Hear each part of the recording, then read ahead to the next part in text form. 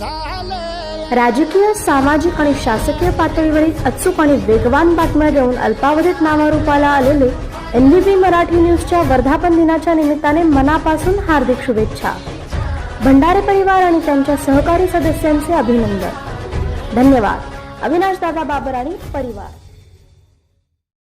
जिगर अस्मानी लढा दिसू दे पाणी झटक्यात फिरू दे डाव नवा शर्तीचा. दोस्तीच्या दुनियेतील राजा माणूस, क्षय रुग्णांना दत्तक घेऊन त्यांना सर्वोत्तरी मदत करणारे, सर्वांच्या अखेला धावून येणारे माननीय श्री विशालदादा कदम यांना वाढदिवसाच्या हार्दिक शुभेच्छा.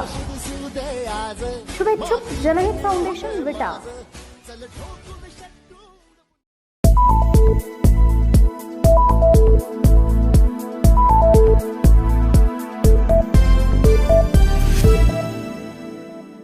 विट्यातील देवांग समाजाने बाबर यांच्या घरी का केली गर्दी?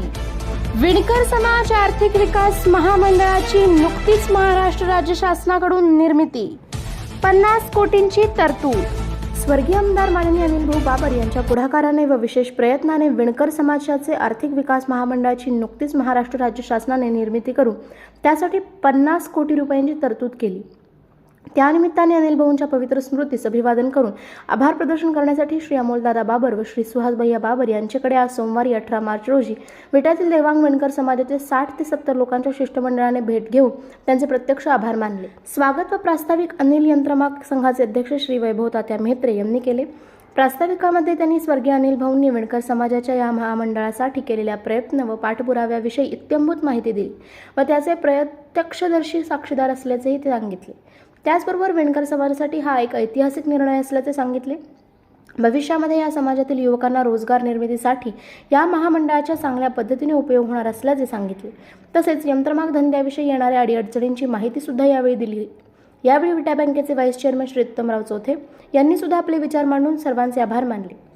माननीय सुहास भैयांनी विणकर समाजाविषयी स्वर्गीय भाऊंचे असणारे प्रेम शब्दात व्यक्त केले व या महामंडळाच्या प्रतिकात्मक GRची प्रत श्री वैभव तात्याने दिली व आम्ही दोघेही या समाजाच्या पाठीमागे भाऊंच्या सारखेच ठामपणे उभे राहणार असल्याची ग्वाही दिली. यावेळी देवांग समाजातील असंख्य लोक उपस्थित होते.